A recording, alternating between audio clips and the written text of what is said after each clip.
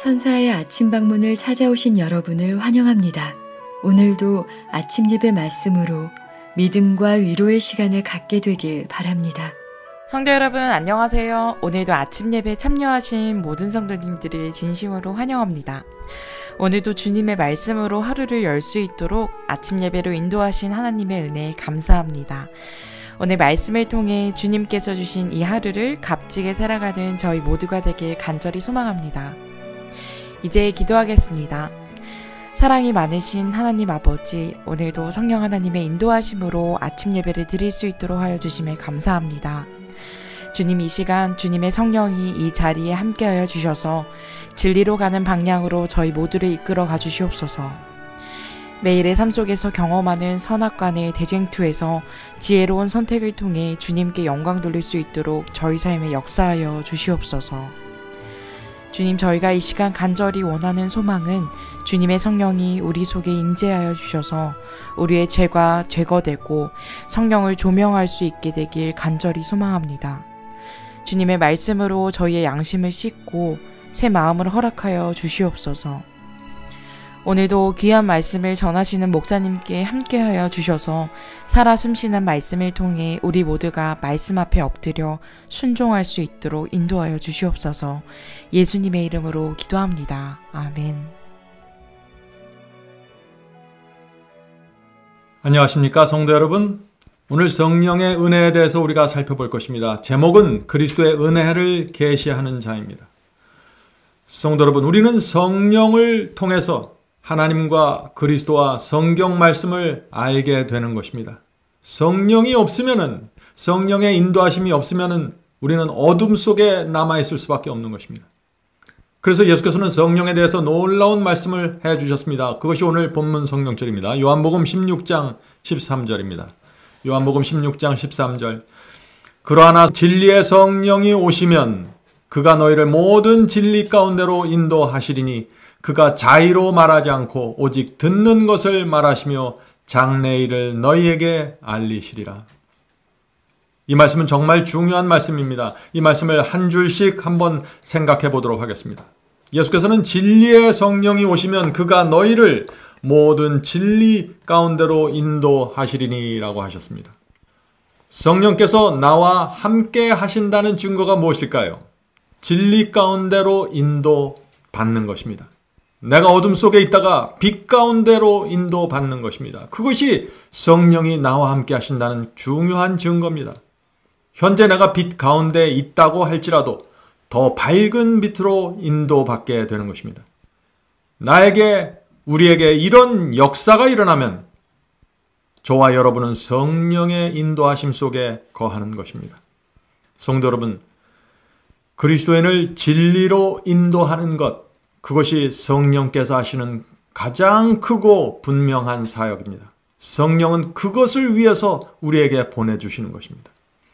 잊지 말아야 합니다. 진리를 깨닫고 온 마음을 다해서 그것을 받아들일 때 내가 성령의 가장 큰 역사 속에 있다는 사실을 말이죠.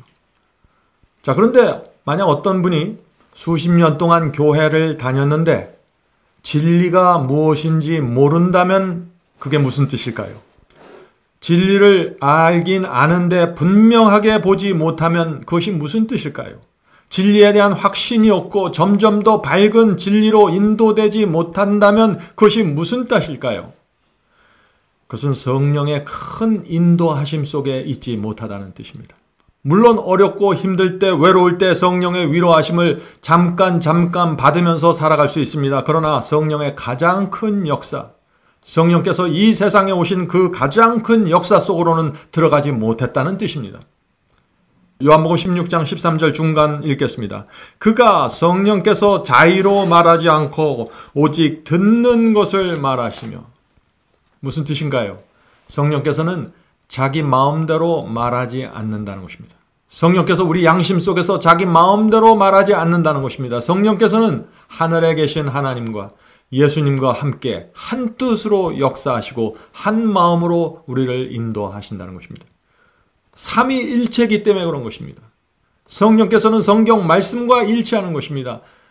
그래서 성령께서 우리 양심에 대고 말씀하실 때 우리는 그것을 삼위일체 되시는 성령의 하나님의 음성으로 받아야 되는 것입니다. 우리가 성령의 음성을 그렇게 받기 시작하면 우리의 생애에 놀라운 변화가 생길 것입니다. 자, 요한복음 1장 1절 보겠습니다. 요한복음 1장 1절.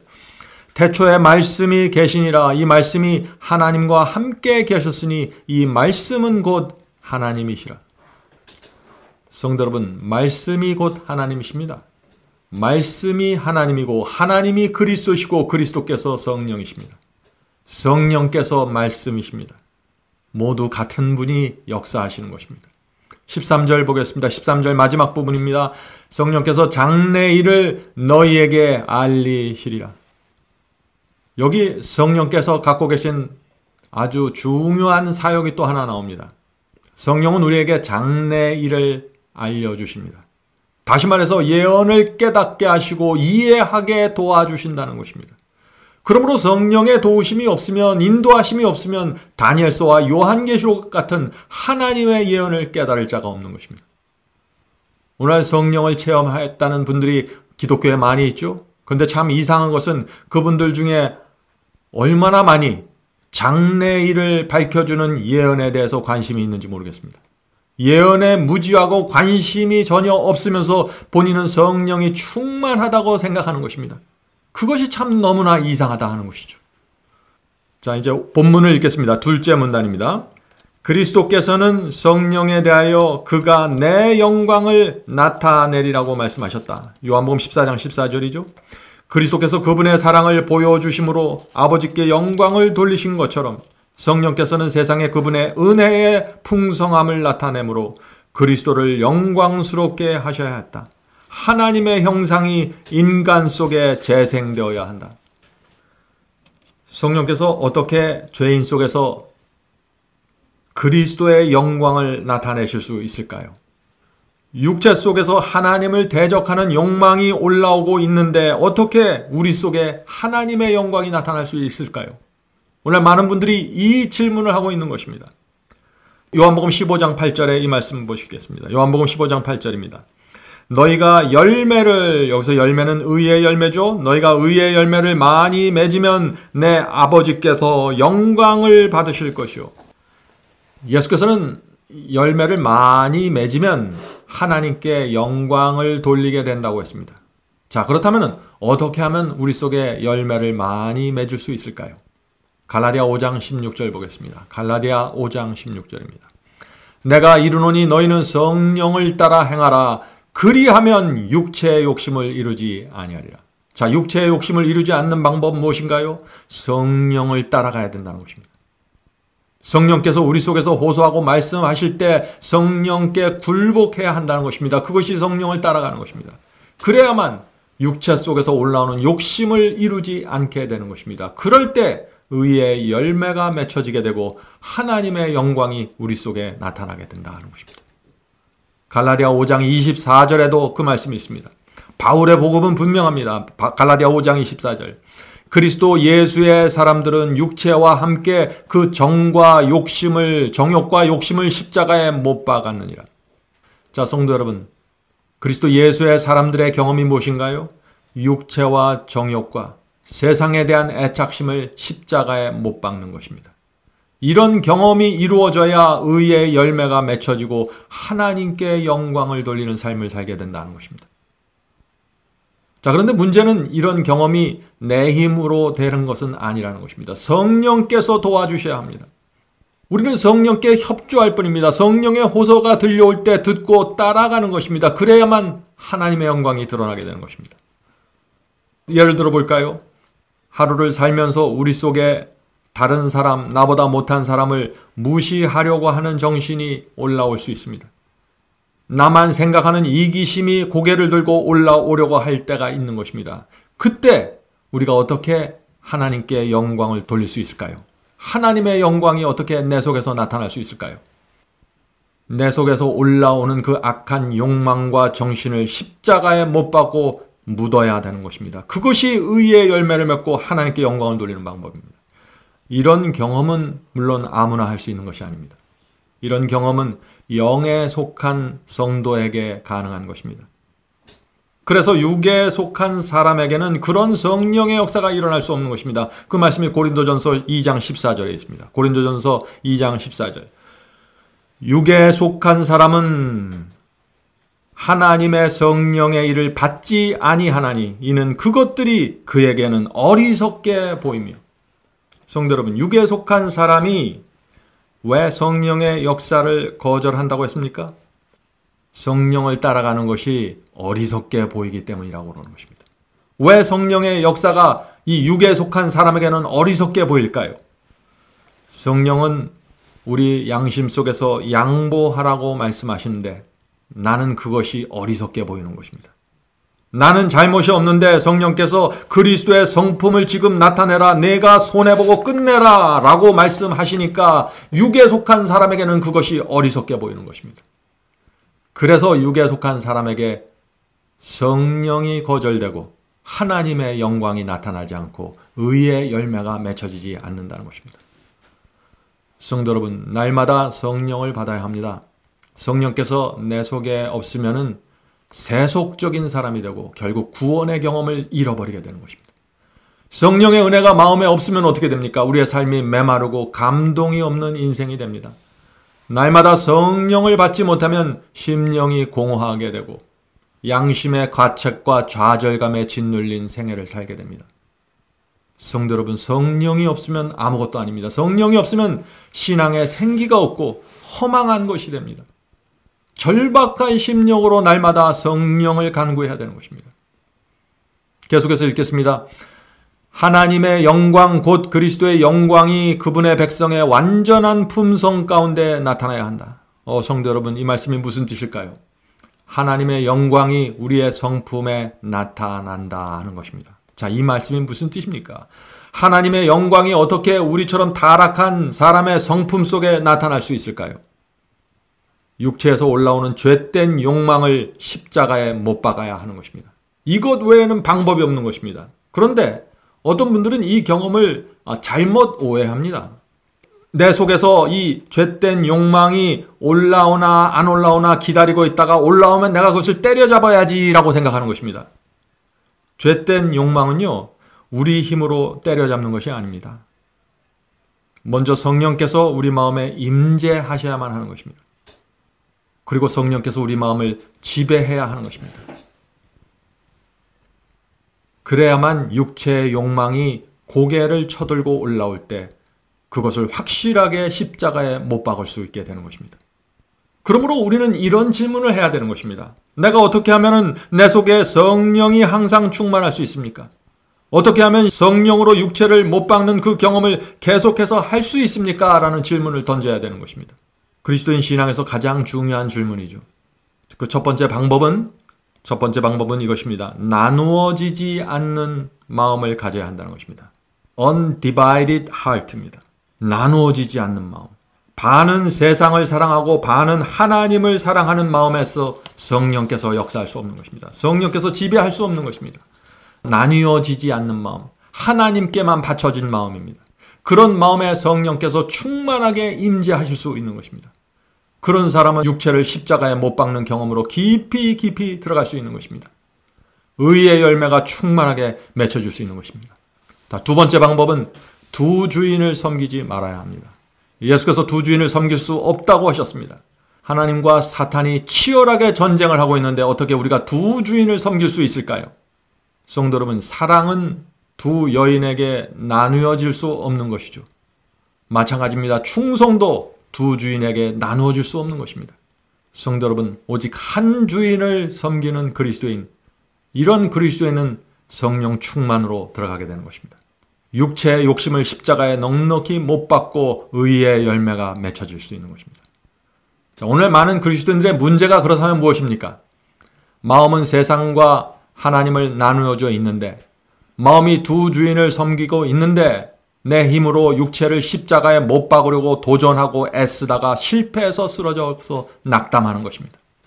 그런 세월을 오래 살면서 참된 경건의 비밀이 무엇인지 완전히 놓쳐버리게 되는 것입니다.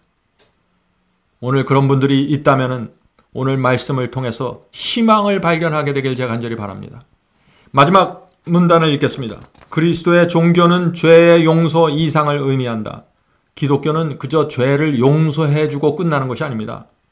죄의 용서 이상을 의미한다. 그것은 죄가 제거되고 빈자리를 성령께서 채우시는 것을 의미한다. 그것은 마음이 거룩하게 조명되는 것을 의미한다. 성도 여러분, 우리가 죄를 용서받으면 내 속에서 죄가 제거되는 것입니다. 죄를 용서받는다는 것은 내가 더 이상 죄를 미워한다는 것입니다. 그것을 더 이상 붙잡지 않는다는 것이요. 그때 우리 속에 그 죄가 제어된 마음속에 성령께서 들어가실 수 있는 공간이 생기는 것입니다. 그래서 성령께서 임하실 수 있는 것입니다. 죄가 빠져나갔기 때문에 성령께서 충만하게 자리 잡으시는 거죠. 그렇게 되면은 우리 속에서 정죄받는 느낌이 사라지고 영혼의 평안이 깊이 찾아오게 되는 것입니다.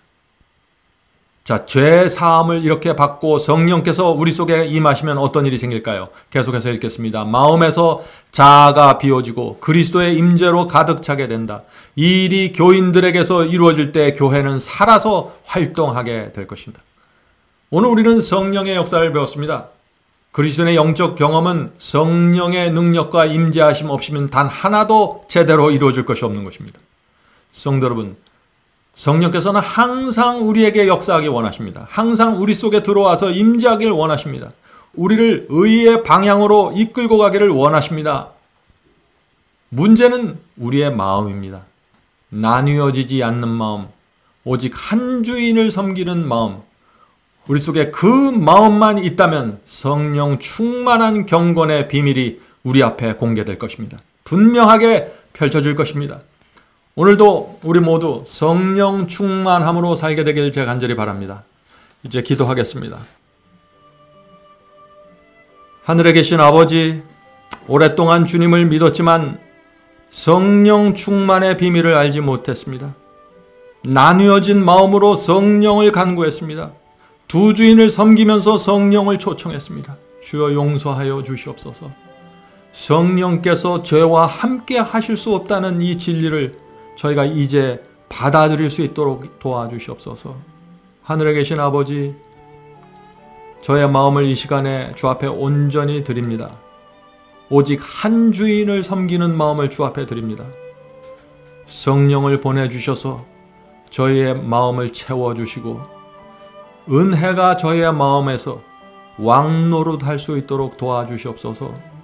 하늘에 계신 아버지, 오늘 기도하는 성도들에게 함께하여 주셔서 정말 이 세상 어디에서도 얻을 수 없는 그 성령 충만의 경험이 무엇인지 그 비밀이 저희의 심령 속에서 펼쳐질 수 있도록 도와주시옵소서.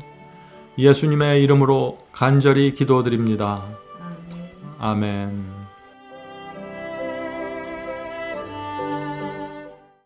성도 여러분, 마지막 사명에서는 아침 예배 채널을 유튜브에서 별도로 운영하고 있습니다.